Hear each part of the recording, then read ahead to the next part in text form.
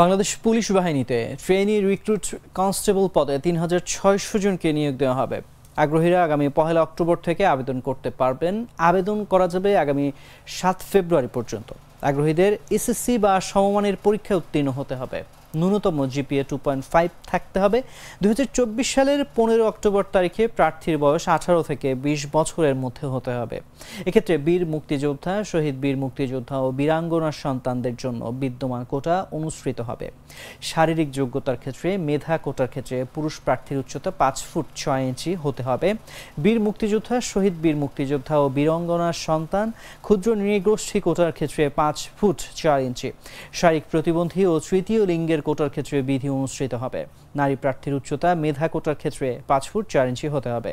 বীর মুক্তিযোদ্ধা, শহীদ বীর মুক্তিযোদ্ধা ও বীরাঙ্গনার সন্তান এবং ক্ষুদ্র নৃগোষ্ঠীর প্রার্থীর ক্ষেত্রে ৫ ফুট ২ ইঞ্চি। শারীরিক প্রতিবন্ধী ও তৃতীয় লিঙ্গের কোটার ক্ষেত্রে বিধি অনুসৃত হবে।